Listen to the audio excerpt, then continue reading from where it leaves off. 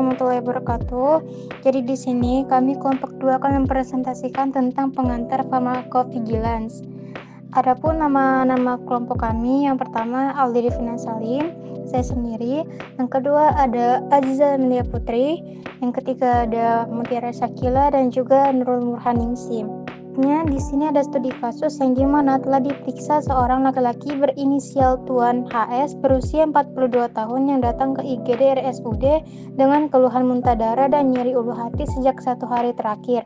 Pasien memiliki riwayat nyeri lutut dan sejak 5 hari lalu mengonsumsi diklofenak natrium 50 mg 2 kali sehari. Pasien tidak memiliki riwayat tukak lambung sebelumnya. Keluhan nyeri epigastrium muncul sejak hari ketiga pengobatan. Adapun pemeriksaan fisik yang dimana tampak lemah, tekanan darah 100/60 mmHg, nadi 102 kali per menit, RR 22 kali per menit, suhu 36,7 derajat Celcius dan nyeri tekan epigastrium HB 9G/dl.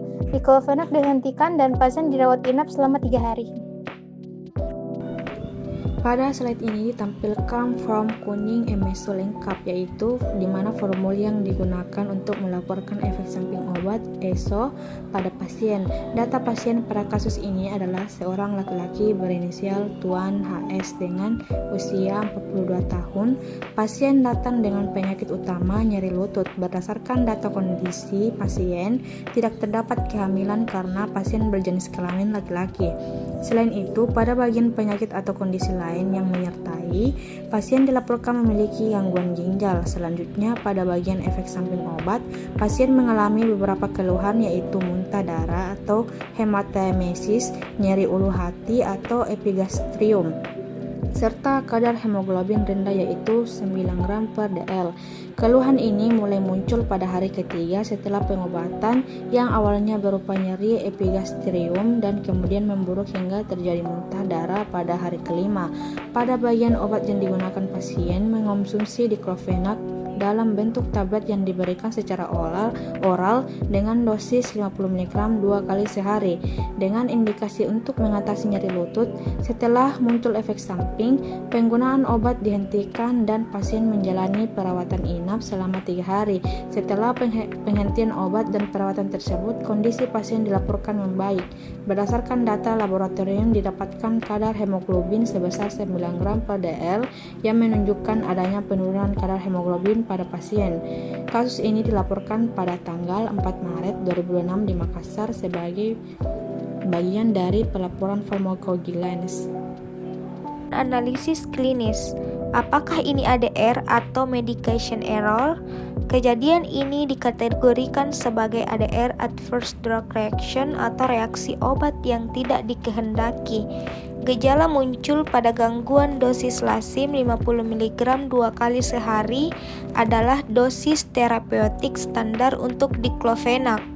Kaitan dengan medication error, tidak ditemukan bukti kesalahan dalam proses peresepan, pembacaan resep, maupun pemberian obat, right dose, right drug. Gejala muncul sebagai efek farmakologi sekunder dari obat tersebut meskipun penggunaan sudah sesuai aturan. Apakah termasuk serious adverse event atau SAE? Suatu kejadian dikatakan serius jika menyebabkan rawat inap, hospitalisasi, mengancam jiwa, atau menyebabkan kecacatan. Kondisi pasien TN HS mengalami perdarahan saluran cerna hematemesis, menunjukkan tanda-tanda shock ringan, kompensasi, tekanan darah rendah 100/60, nadi cepat 102 kali per menit, penurunan kadar hemoglobin HB 9G/dl, dan diwajibkan rawat inap selama 3 hari. Apa mekanisme patofisiologi yang mungkin? Efek samping saluran cerna pada penggunaan diklofenak NSAID terjadi melalui 2 mekanisme utama, yaitu mekanisme sistemik. Penghambatan COX, diklofenak menghambat enzim sikloksigenase -1 COX-1, padahal COX-1 berfungsi mensintesis prostaglandin yang bersifat sitoprotektif di lambung. Kurangnya prostaglandin menyebabkan penurunan sekresi bikarbonat dan mukus, penurunan aliran darah mukosa, peningkatan sekresi asam lambung. Mekanisme lokal topical damage. Diklofenak bersifat asam lemah yang dapat terjebak di dalam sel epitel lambung, ion trapping yang menyebabkan kerusakan seluler langsung pada mukosa lambung. Kombinasi kedua hal ini menyebabkan erosi mukosa yang berujung pada perdarahan saluran cerna hematemesis. Next, faktor risiko pasien. Beberapa faktor risiko yang mungkin yaitu jenis obat NSAID non-selektif. Diklofenak natrium memiliki risiko relatif tinggi terhadap komplikasi saluran cerna. Durasi penggunaan. Keluhan muncul setelah hari ketiga menunjukkan akumulasi efek penghambatan prostaglandin yang cukup untuk merusak barrier mukosa. Kondisi fisiologis. Meskipun usia 42 tahun belum masuk kategori lansia, risiko tinggi biasanya lebih dari 65 tahun, adanya gejala klinis seperti hipotensi relatif, tekanan darah 100/60 dengan takikardia nadi 102 kali per menit, menunjukkan pasien rentan terhadap shock hipovolemik akibat perdarahan akut tersebut. Apakah kejadian ini dapat dicegah? Dapat dicegah atau minimalisir melalui beberapa langkah preventif, yaitu pemberian gastroprotektor untuk pasien yang membutuhkan NSAID namun berisiko. Dapat diberikan profilaksis berupa proton pump inhibitors PPI seperti omeprazol atau analog prostaglandin misoprostol. Edukasi cara minum. Pasien harus diedukasi untuk meminum obat segera setelah makan untuk mengurangi kontak langsung obat dengan mukosa lambung. Pemilihan obat. Menggunakan NSAID yang lebih selektif terhadap COX-2 jika pasien memiliki sensitivitas lambung yang tinggi.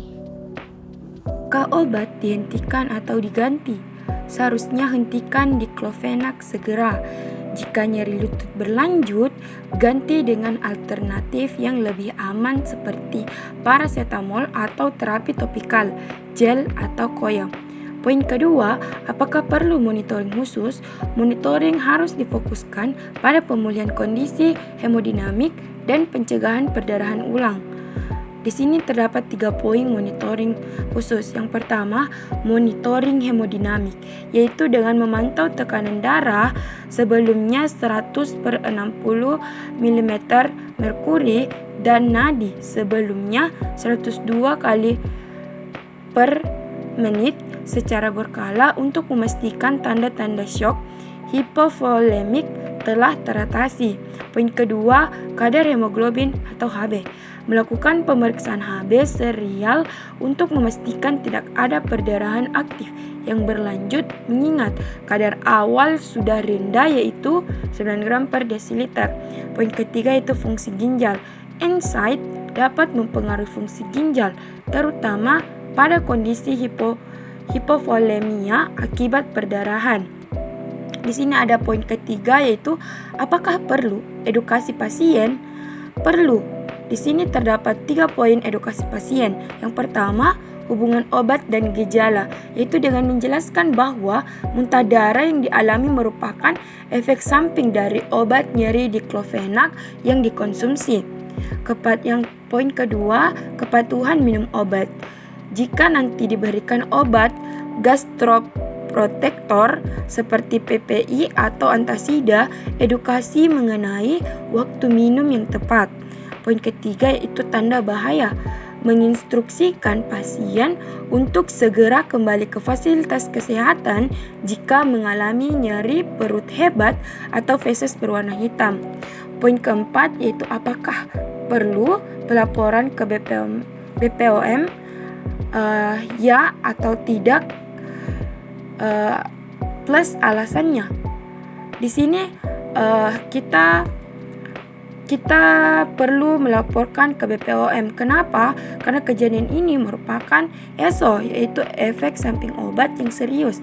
Berdasarkan pedoman pharmacovigilance, tenaga kesehatan wajib melaporkan setiap kejadian ADR yang menyebabkan hospitalis atau disebut dengan rawat inap melalui formulir kuning form atau aplikasi MSO BPOM.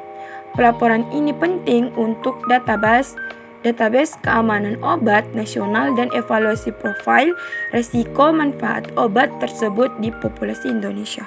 Next, di sini kita ada analisis kausalitas. Di sini ada pertanyaan pertama, apakah ada laporan efek samping obat yang serupa?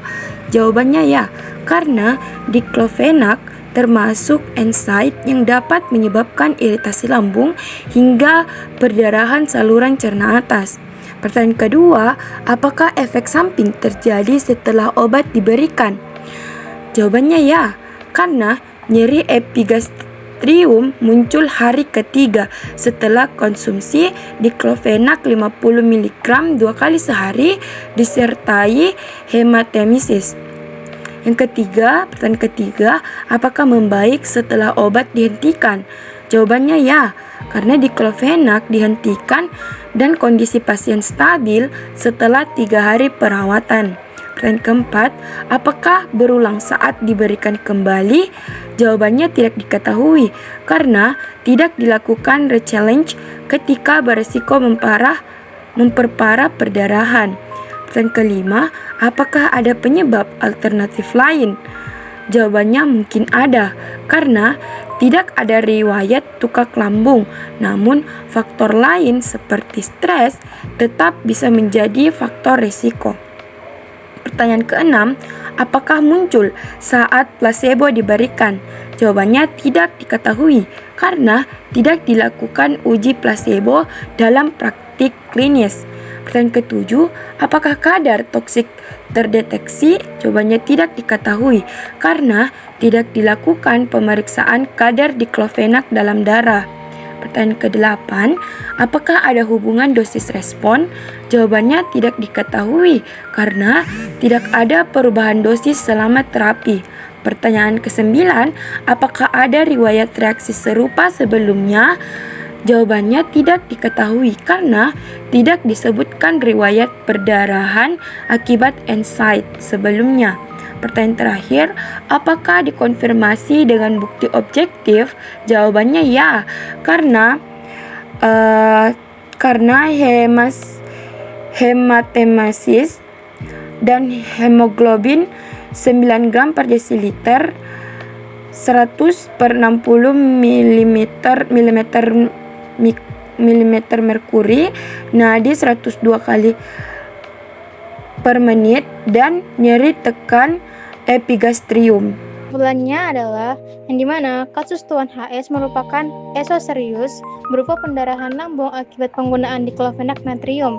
Berdasarkan algoritma Naranjo, kategori kausalitas adalah probable skor 7-8.